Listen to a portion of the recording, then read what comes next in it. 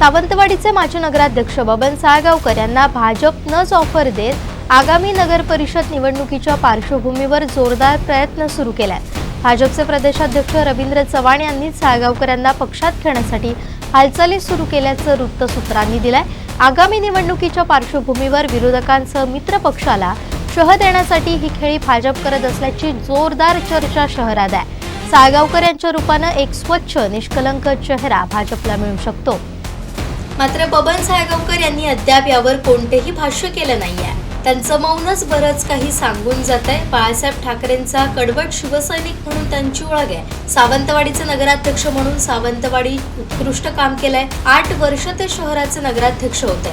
2 वेळा नगराध्यक्ष राहिले असून थेट नगराध्यक्ष म्हणून ते जनतेच्या मतातून विजयी झाले। नगराध्यक्ष पदाच्या काळात त्यांनी शहराच्या विकासासाठी अनेक महत्त्वाचे निर्णय घेतले। यापूर्वी शिवसेनेचे उपजिल्हा प्रमुख म्हणूनही त्यांनी काम केलंय। 90च्या दशकात शिवसेनेकडून आमदारकीसाठी त्यांच्या नावाची चर्चा होती। मागील 2019च्या विधानसभा निवडणुकीत त्यांनी नगराध्यक्ष पदाचा राजीनामा देऊन राष्ट्रवादी काँग्रेसकडून निवडणूक लढवली होती।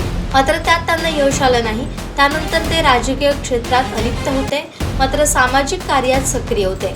त्यांच्या माध्यमातून भाजपला एक स्वच्छ प्रतिमेचा निष्कलंक आणि निर्भीड असा चेहरा मिळू शकतो। सावंतवाडी नगर परिषदेवर भाजपची सत्ता आणण्यासाठी शहरात एका चांगल्या नेतृत्वाची गरज आहे। माजी नगराध्यक्ष संजू परब यांनी शिवसेनेत प्रवेश केल्यानं भाजपला अनुभवी चेहरा हवाय। त्यामुळे भाजप साळगावकर यांना पक्षात आणण्याचा प्रयत्न करत आहे। त्यात शहरात माजी मंत्री आमदार दीपक केसरकर यांचं वर्चस्व आहे। त्यांना आव्हान देण्यासाठी भाजपला साळगावकर यांच्यासारखा एक सक्षम चेहरा हवाय। त्या दृष्टीनं बबन साळगावकर यांना भाजपात आणण्यासाठी दस्तूर खुद्द भाजप प्रदेशाध्यक्षच अनुकूल असल्याची माहिती सूत्रांनी दिली आहे।